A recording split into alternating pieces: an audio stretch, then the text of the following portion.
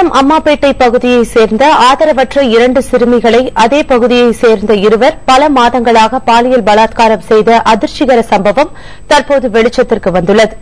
இதில் ஒரு சிறுமியின் வயது 12 என்றும் மற்றொரு சிறுமியின் வயது 16 என்றும் தெரியவந்துள்ளது.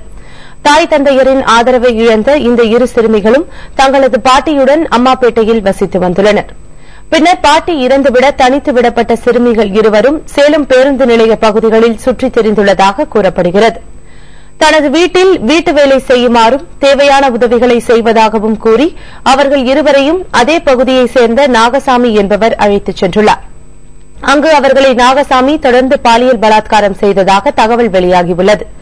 அவருடன் அவரது உறவினரான சந்திரன் என்பவரும் இந்த தகாத செயலில் ஈடுபட்டதாக கூறப்படுகிறது. இதுகுறித்த தகவல் அறிந்த சமூக ஆர்வலர் ஒருவர் சிறுமிகளை காப்பாற்றியதோடு காவல் நிலையத்தில் புகார் அளித்தார். இதனையடுத்து நாகசாமியையும் சந்திரனையும் சேலம் போலீசார் கைது செய்து சேலம் மத்திய சிறையில் அடைத்துள்ளனர். சிறுமிகள் இருவரும் காப்பகம் ஒன்றில் தங்க வைக்கப்பட்டுள்ளனர்.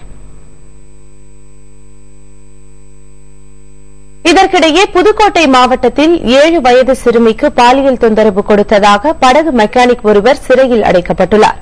காரைக்காலை சேர்ந்த படகு மெக்கானிக் குப்புரத்தினம் செல்லநேந்தல் கிராமத்தில் உள்ள வேலமாணிக்கம் வீட்டில் குடியிருந்து வருகிறார். நேற்று இரவு அவரது 7 வயது மகள் வீட்டில் தனியாக இருந்தபோது குப்புரத்தினம் பாலியல் தொந்தரவு கொடுத்ததாக கூறப்படுகிறது.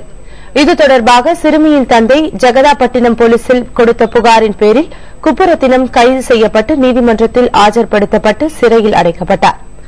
பாதிக்கப்பட்ட சிறுமி சிகிச்சைக்காக அறந்தாங்கி அரசு மருத்துவமனையில் அனுமதிக்கப்பட்டுள்ளார்.